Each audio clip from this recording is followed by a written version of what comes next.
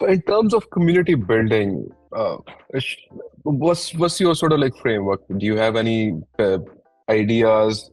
Okay, this is how you started up, and this is how you grow to a mid state, and then you start reaping the fruits out of it. Yeah. So I think of like a company that I was at called Spreedly. So, it's payments industry. And we started out with a small event. There was 0 people in our community. We started with a small event, had 100 people show up to this conference, and then grew it. And within was it 3 years, we had 2,500 people at our event. And I think the key there was a virtual event, and the key there was value. I mean, that was really at the end of the day what it was, is we were pushing value out to the community, not looking for, anything in return.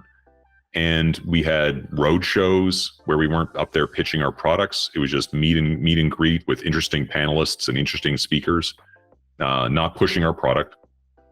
We mentioned that it was sponsored by Spreedly, of course, but we weren't aggressively pushing the company.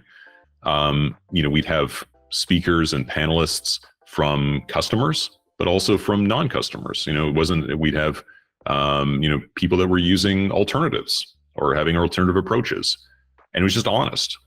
I mean, that was really what it was. I mean, people knew that it was funded by us. It wasn't like we were hiding that.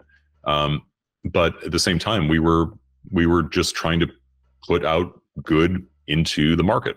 And I think that you can upset that balance and upset the community when you try to aggressively, mine that community for business.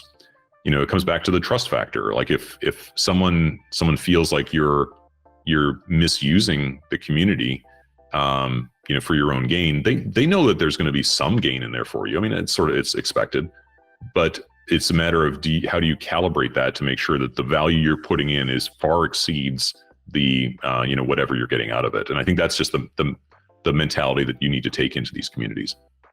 And in terms of ROI, how would you sort of like approach the discussion of ROI with the higher execs, board, and all of that?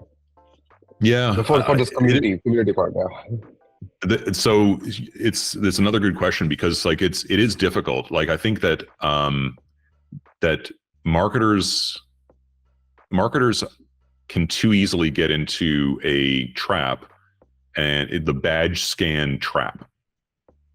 Where I went to this conference and I scanned 1,000 badges, and oh look, there's a correlation of some kind, or there's a it may not be causal, but there's a correlation between these 20 people and a deal that was closed. Hence, there's an ROI for this event.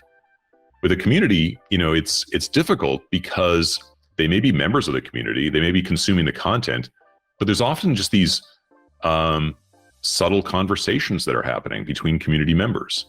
Maybe they sat down with a customer and had a conversation. Maybe they just were decided to get in market, and then positively recalled the brand because it was associated with a community.